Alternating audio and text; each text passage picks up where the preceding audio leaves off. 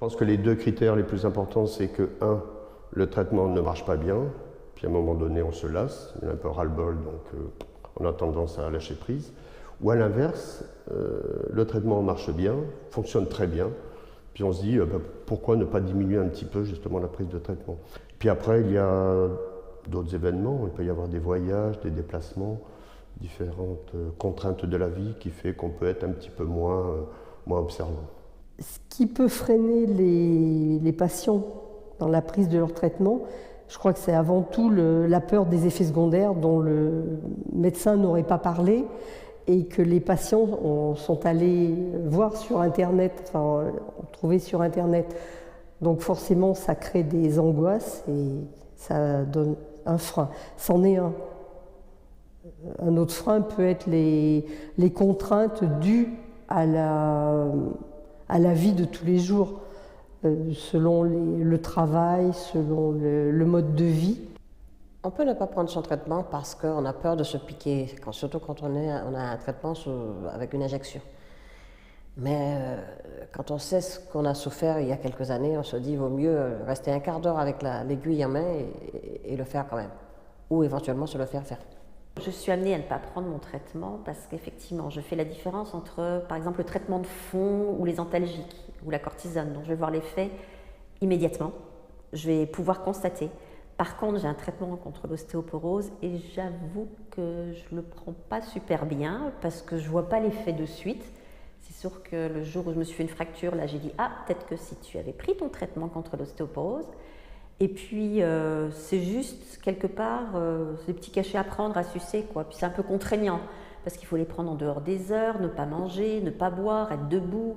C'est le côté contraignant, donc c'est peut-être aussi le côté qui peut faire que je ne le prendrai pas. Maintenant, je ne dis pas que je prends, que je ne prends pas. Je m'arrange avec mon traitement. C'est-à-dire que si je dois faire mon injection et que le soir je dois sortir, ben, je vais m'arranger pour le décaler à 1 ou 2 jours.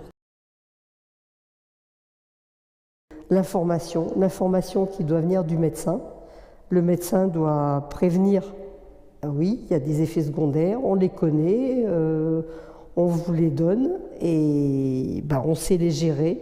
Donc à vous d'être vigilant. La phase essentielle, c'est d'avoir la bonne explication par son rhumatologue, en l'occurrence par rapport à la polyarthrite, d'avoir une bonne explication, pourquoi le traitement, pourquoi les traitements, et l'importance d'être respectueux envers ce qui a été prescrit. Donc c'est vraiment avoir la bonne explication. Je pense que c'est ce qui permettra aux patients d'être observants.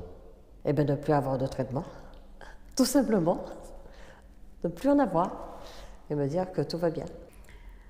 Alors, des aides techniques pourraient m'aider à avoir une meilleure adhésion au traitement. Par exemple, le rappel sur mon smartphone, qui pourrait me rappeler que je dois commander mon traitement, mon injection, puisqu'elle n'est pas disponible en pharmacie constamment.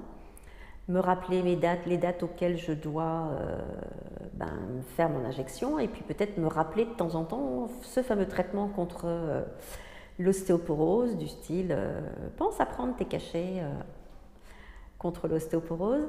Et puis, je me souviens d'un traitement une fois où les cachets, c'est tout bête, hein, ils étaient tellement gros, et que je reculais le moment où je devais les prendre.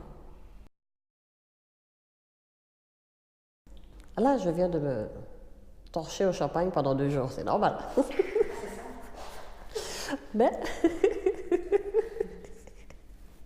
je bois pas beaucoup d'alcool, plus, parce que en fait, je me rendais compte que quand je prenais surtout les alcools blancs, je sais pas pourquoi, et ben j'étais pas bien après, donc j'évite l'alcool, et puis voilà.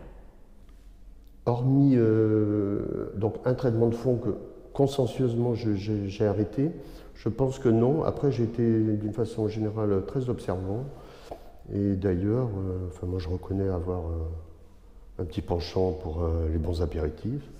Et un bon apéritif m'a jamais empêché de prendre l'anti-inflammatoire ou le traitement.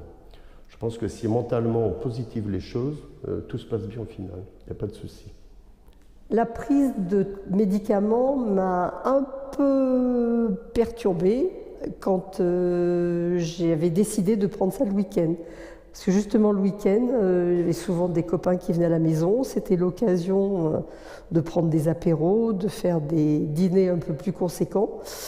Donc le mélange alcool-traitement n'était pas très conseillé. Et là j'ai hésité, qu'est-ce que je choisis? Finalement, j'ai choisi de décaler le jour de la prise du traitement et je peux faire les deux. Et je passe des bonnes soirées avec les copains et je prends quand même le traitement.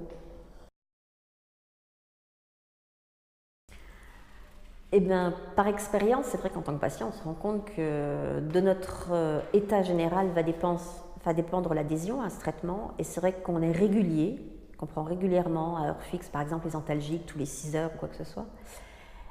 Eh bien, on peut avoir une vie pratiquement, je dirais, normale et que c'est essentiel de toute façon pour pouvoir essayer de maîtriser la pathologie.